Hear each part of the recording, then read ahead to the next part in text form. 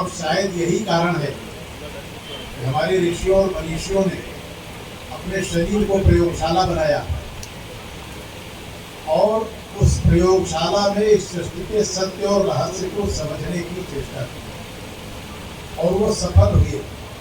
उन्होंने इस सृष्टि के सत्य और रहस्य को समझा और उनको यह समझ में आया कि यह संपूर्ण सृष्टि परमात्मा का ही विग्रह है।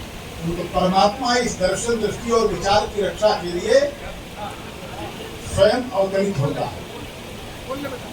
अनेक अवतार हमारे जिनकी चर्चा यहाँ की गई, वे सब अवतार केवल और केवल एक तथ्य के लिए समझ में आते हैं कि जब जब इस सृष्टि के मूल में संचित दर्शन और दृष्टि तथा विचार पर संकट आया और लगा कि मनुष्यों के बस में यह नहीं है, तो परमात्मा स्वयं अपनी सृष्टि की, अपने दर्शन, दृष्टि और विचार की रक्षा के लिए इस भूमि पर अवतरित होता है। चाहे वो जिसका भी अवतार हो। और ये जो अवतार है ये सृष्टि का स्वरूप है, ये किसी जाति के प्रतिनिधि नहीं है। क्योंकि इनका प्राकट्य जो है वो सृष्टि की रक्षा के लिए ही होता है और सृष्टि के मूल में जो सत्य और दर्शन है, जो रहस्य है, जो विचार है, उसकी रक्षा के लिए प्रकट होते हैं। और इसलिए ये किसी जाति का प्रतिनिधित्व नहीं करते हैं, क्योंकि जाति तो हमारी व्यवस्था को चलाने का एक उपक्रम था। और भगवान परशुराम का अवतार भी उसी रूप में है और हमें भी उसे उसी रूप में ग्रहण करना चाहिए। क्योंकि आज भी हमारे सामाजिक, आर्थिक, राजनीतिक और सांस्कृतिक जीवन के सामने जिस तरह की विसंगतियां और विकृतियां खड़ी हो रही हैं, वे सामान्य नहीं है और वे इतनी असहज करने वाली हैं कि शायद आने वाली पीढ़ियां उनका मुकाबला नहीं कर पाएंगी अगर हम लोगों ने आज से ही उन पर विचार करना शुरू नहीं किया। जहां तक रही बताना कि यत् पिंडे तत् ब्रह्मांडे, जिसको पिंड समझ में आ गया उसे ब्रह्मांड समझ में आ जाएगा। हमारे शरीर के अलग अलग अंग अपने अपने कार्यों का निष्पादन करते हुए शरीर के व्यापक उद्देश्य की पूर्ति में सहायक बनते हैं। मस्तिष्क अपना काम करता है, भुजाएं अपना काम करती हैं, मुंह अपना काम करता है, पैर अपना काम करते हैं, परंतु इन सब का उद्देश्य केवल और केवल एक है, शरीर के व्यापक उद्देश्य की पूर्ति करना। और इसलिए अलग अलग हमारे जो वर्ग बने उनको भी पिंड से तुलना की गई। ब्राह्मणों से मुखमासीर बाहु राजन्या कृता पद्भ्याम शुभ हो जाएगा। कई बार लोग कहने लगते हैं बताइए ब्राह्मणों ने अपने को मुंह कह लिया और शूद्रों को पैर कह दिया। तो हमें यह आश्चर्य हुआ कि शूद्र का अर्थ निकृष्ट होता है या मुझे पहली बार समझ में आया। और शरीर में पैरों का जो स्थान है वह निकृष्ट होता है, यह भी मुझे मतलब वो पहली बार समझ में आया। मैंने जब शरीर का अध्ययन करने की कोशिश की तो मुझे लगा कि शरीर का वह हिस्सा जो शेष अंगों को आधार और गति देता है उसे हमने पैर कहा। और हमारे यहाँ पैर छूना संस्कृति है, मुंह चूमना अपसंस्कृति है। चरणामृत का विधान है, मुखामृत का विधान नहीं है। परंतु भारत विरोधी लोगों ने भारत के स्वरूप और उसको नष्ट करने के लिए उनको यह बात समझ में आ चुकी थी कि अगर भारत को नष्ट करना है तो उस दर्शन, दृष्टि और विचार पर हमला करना होगा जिसके आधार पर भारत खड़ा और जिसकी रक्षा के लिए स्वयं परमात्मा इस धरती पर बार बार प्रकट होता है। भगवान परशुराम भी उनमें से ही है। क्या परशुराम ने कोई अपना राज्य स्थापित किया? क्या किसी राज्य के राजा बने हो? हाँ, जो लोग उस दर्शन, दृष्टि और विचार की अवहेलना कर रहे थे, उसका असम्मान कर रहे थे, उसे नष्ट करने की कोशिश कर रहे थे, उसे बचाने के लिए उन्होंने उन पर हमला किया। मुखे में चत्वारो वेदा प्रस्थता सशरन धनु इदम शस्त्रम इदम शास्त्रम शाल्पादपि शराब। वो आसुरी शक्तियां जो हमारे दर्शन, दृष्टि और विचार को नष्ट करके इस समाज का नुकसान कर रही हैं, उनको अगर शाप से बना तो शाप से और नहीं तो शस्त्र से से भी एक ही अवतार ऐसा है जिसमें दोनों बातें दिखाई पड़ती हैं, शापादप्य और शराधि, परंतु उनके मूल में कहीं अपना हित नहीं। और यही बात ब्राह्मण के मूल में है।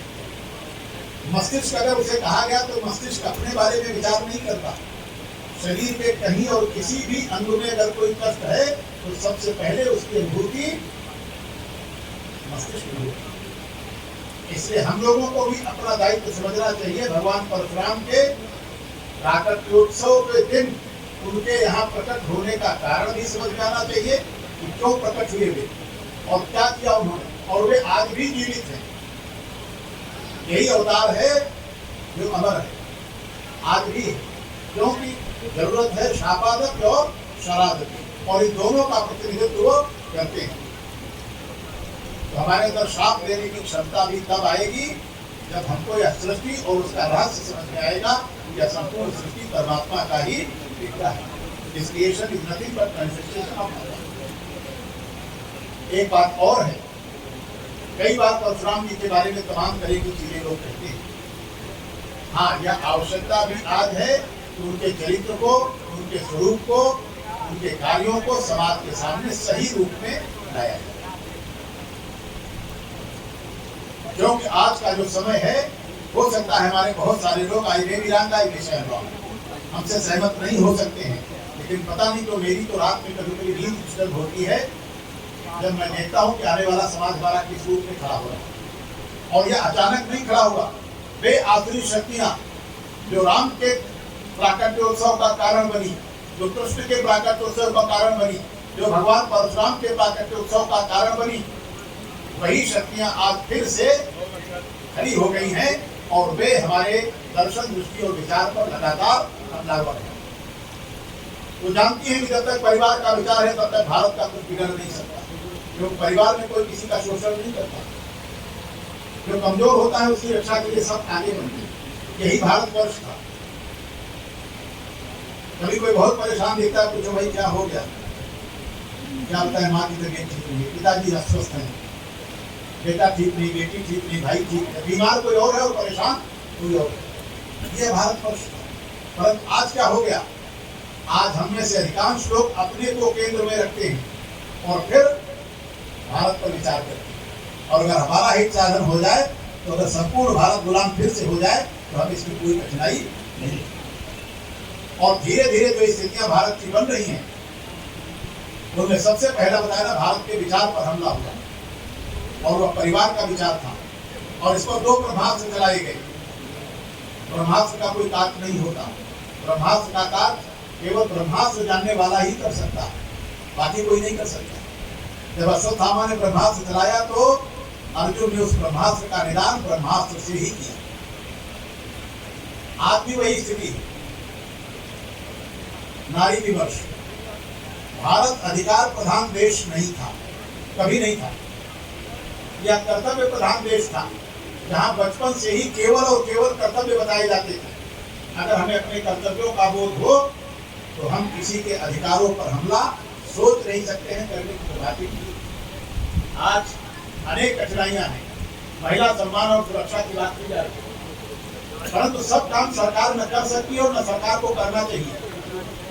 महिलाओं के सम्मान और सुरक्षा के लिए जिस भूमि पर हम खड़े हैं वहां 18 कानून हो सकता है, एकाध और बन गया हो, परंतु इसके बाद भी उनका सम्मान उस रूप में सुरक्षित नहीं है जिस रूप में भारत महिलाओं के सम्मान की बात करता है। और यह तब तक नहीं होगा जब तक हमें अपनी बेटी बेटी और दूसरे की बेटी वस्तु दिखाई पड़ेगी, तब तक महिलाओं का सम्मान केवल कानून बनाकर के। और यह काम हम लोगों का है। इसी काम के लिए भगवान परशुराम का अवतार हुआ था, इसी के लिए राम का अवतार हुआ, इसी के लिए कृष्ण का अवतार हुआ। भीष्म पितामह करा रहे हैं मानव की सैया पर और भगवान खड़े मुस्कुरा रहे हैं।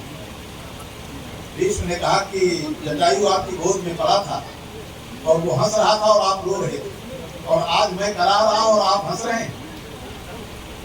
तो उनका दोनों की भूमिका में थोड़ा फर्क है। जटायु यह जानता था कि वो रावण से लड़ नहीं सकता, उसकी मृत्यु हो जाएगी, फिर भी सीता के सम्मान की रक्षा के लिए जटायु ने अपने प्राण दांव पर लगा दिए। इसलिए वो हमारी गोद में हंस रहा था और मैं रो रहा था। और अगर भीष्म पितामह धनुष बाण लेकर खड़े होते तो तीनों लोगों में कोई धरोधर नहीं था जो द्रौपदी के अपमान की बात सोच सकता, करने की तो बात ही नहीं। परंतु भगवान ने कहा कि उस समय द्रौपदी का चीरहरण हो रहा था और आप सब झुका करके मंच पर बैठे। यही दोनों में फर्क है कि आप करा रहे हैं और मैं मुस्कुरा रहा हूँ, वो हंस रहा था और मैं रो रहा था। तो अगर भारत को फिर से भारत बनाना है तो हमें भारत को कर्तव्य बोध पर आधारित समाज के रूप में खड़ा करना पड़ेगा। अधिकार बोध से समाज का निर्माण नहीं हो सकता, क्योंकि अधिकारों के पहले मूल में है स्वार्थ, और स्वार्थ के आधार पर यह सारी समस्याएं खड़ी हैं। और हम लोगों का जो संगठन अभी आपने बताया ये अच्छा संगठन है, लेकिन अच्छे संगठन का मंतव्य तभी पूरा होगा जब हमें ब्राह्मणत्व और ब्राह्मण की परिभाषा जो भगवान परशुराम ने निर्माण की थी, हम उस पर खड़े होंगे। हम अपने बारे में सोचेंगे, अपने परिवार के बारे में सोचेंगे, परंतु अपनी शक्ति का थोड़ा प्रयोग अपने समाज, अपने देश और इस सृष्टि के लिए भी करेंगे जो ब्राह्मण का मुख्य कर्तव्य और धर्म है। आज अगर इतनी विसंगतियां खड़ी हैं तो समाज को दुष्टों की दुष्टता से उतनी क्षति नहीं हुई जितनी सज्जनों की निष्क्रियता से हुई। इसलिए आवश्यकता है, मेरी हिम्मत नहीं थी यहाँ तक आने की, बहुत अच्छा स्वास्थ्य भी नहीं था, परंतु मुझे लगा कि अगर स्वास्थ्य की चिंता में करूँगा तो ये केवल और केवल स्वास्थ्य होगा। हो सकता है कुछ अच्छे लोगों से भेंट हो जिनके बीच में आज भारत की समस्याओं पर चर्चा करना और उसमें हर व्यक्ति की कोई कोई भूमिका है।